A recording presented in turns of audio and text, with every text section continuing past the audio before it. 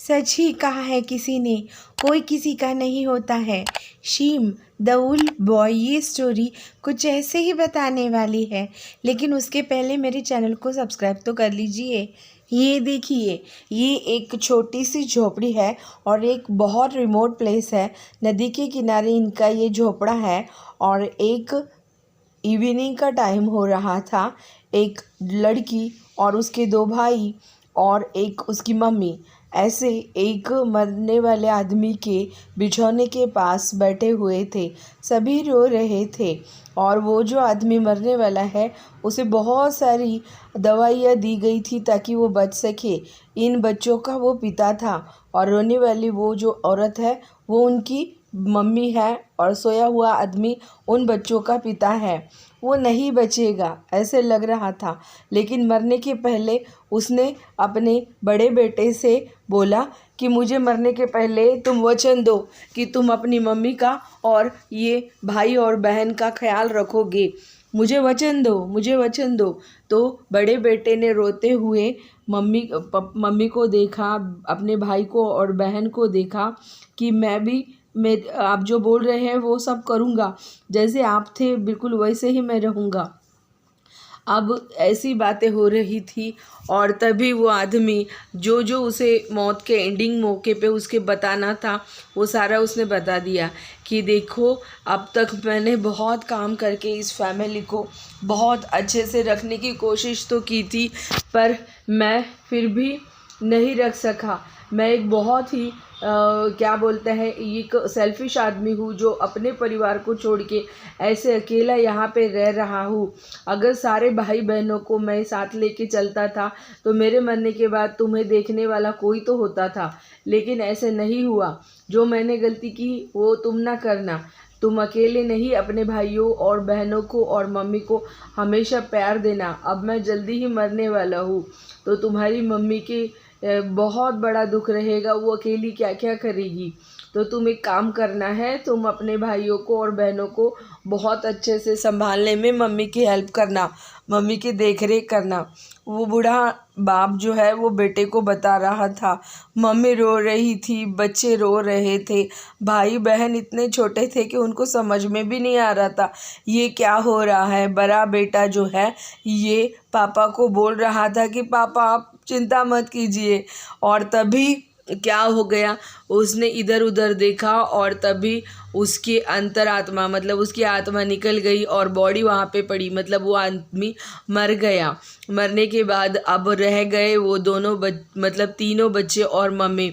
बेचारी मम्मी कितना काम करेगी, वो दिन भर काम करते करते बहुत थक जाती थी। कुछ ही दिनों में मम्मी भी भगवान को प्यारी हो गई। अब ये तीनों बच्चे ही थे, बड़ा भाई, बीच में बहन और सबसे छोटा भाई।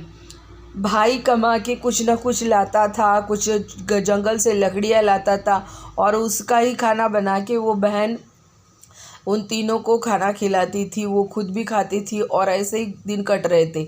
लेकिन ऐसे तो नहीं चलने वाला था। एक दिन बड़े भाई ने सोचा मैं बाहर जाता हूँ गांव में और वहाँ पे बहुत पैसे कमाऊँगा और फिर बाद में आऊँगा। वो निकल पड़ा इन दोनों को जैसे ही सोया था वैसे। बहन ने बहुत दिन तक भाई की राह देखी। बड़े भाई को एक बहुत सुंदर लड़की मिली, उसने उसके साथ शादी कर ली और वो अपने पापा को दिया वाला वचन भूल गया। यहाँ पे बेचारी बहन जितना भी कुछ काम करती थी वो अपने आप के लिए और वो छोटे भाई के लिए किया करती थी। बाहर जब भी वो देखती थी तो बाहर उसकी उम्र की लड़कियाँ क्या क्या कर रही थी और मैं यहाँ पे क्या कर रही हूँ, ये सोच के उसे बहुत तकलीफ़ होती थी। वो भी सुंदर दिखना चाहती थी, वो भी किसी के प्यार में पड़ना चाहती थी, लेकिन क्या करेगी।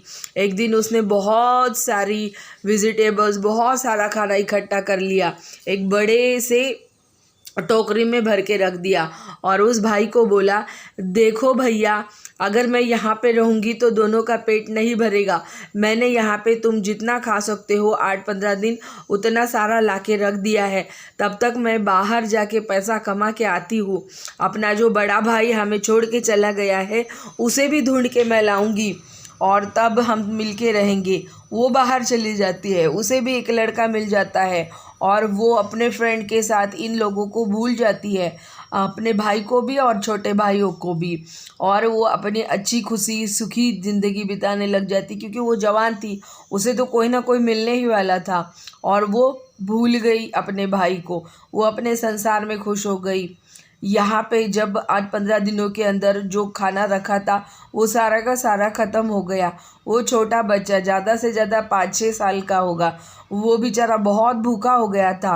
वो यहाँ वहाँ सारे जहाँ में ढूंढ रहा था, कोई कुछ नहीं दे रहा था। अब वो नदी के किनारे घर था, तो जो पेड़ पौधे लगे थे उसमें से कुछ कुछ वो बेरीज तोड़ के खाता था। लेकिन जैसे ही बर्फ़ गिरने लगी, वो सारे पेड़ पौधे भी बर्फ़ के नीचे, तभी उसे एक गुफ़ा दिखी। गुफ़ा के अंदर उसे बहुत सारे उल्फ दिखे और वो जो है ना वो मांस खा रहे थे। तभी ये गया, उसमें से एक मांस का टुकड़ा उसने भी उठा लिया और ऐसे करते करते अब वो उनके ही साथ रहने लगा। उल्फ को पता चल गया था दुनिया में इसका कोई नहीं है, तभी तो ये छोटा सा बच्चा हमारे साथ रह रहा है। धीरे धीरे वो उल्फ जो है ये इसके फ्रेंड बन गए और ये उनका फ्रेंड बन गया। वो उनके साथ ही रहता था, उनके साथ ही खाता पीता था। कभी कभी तो अगर बहुत कम मांस मिलेगा तो वो उल्फ खुद ही उसे बोलते थे कि मतलब देते थे कि ये तू ही खा ले, हम लोग भूखे रह सकते हैं। और वो बच्चा उनका बेस्ट फ्रेंड बन चुका था। उनके भाइयों ने और बहन ने तो उसको छोड़ दिया था अपनी खुशी के लिए, लेकिन यहाँ पे ये जो उल्फ है ये तो अपना खुद का खाना छोड़ के उसे दे देते थे। एक दिन वो उल्फ के साथ शिकार पे निकला। चलते चलते चलते चलते वो नदी के किनारे पहुँचा। उसका भाई जो है ये एक छोटी सी बोट में बैठ के फिशिंग कर रहा था और तभी उसे एक गाना सुनाई दिया। उसका भाई जो है वो रिवर के बैंक के उस साइड में गाना गा रहा था और अपने भाइयों को वो उसने देखा था तो भाई को, तो इसीलिए वो गाना गा रहा था। और वो उस गाने में अपने साथ क्या क्या बीती वो सारी चीज़ें वो बता रहा था। इस फिशिंग करने वाले भाई ने सोचा ये तो कुछ जाना पहचाना सा गाना लग रहा है, ये तो जाना पहचाना सा आवाज़ लग रही है। वो उस दिशा में निकल पड़ा और तभी वो जो है गाने में बता रहा था, नसीब नसीब की बात होती है। कभी मैं छोटा हुआ करता था, प्यार करने वाले माता पिता भाई बहन थे, तो मुझे लगा ही नहीं कि मैं बहुत अकेला हूँ। लेकिन धीरे धीरे करते मेरा जो प्यार है ये कम होता गया। सबसे पहले मेरे बड़े भाई ने मुझे और मेरी बहन को सोता हुआ छोड़ के चला गया। अब हम दोनों की ज़िंदगी बहुत बुरी हो गई थी। तभी मेरी बहन ने भी सोचा सारी दुनिया की लड़कियां मज़ा मार रही है और मैं क्यों, वो भी मुझे छोड़ के चली गई। मेरी ज़िंदगी लोनली हो गई। लेकिन ये देखो उल्फ ने मेरी ज़िंदगी फिर से हरी भरी कर दी।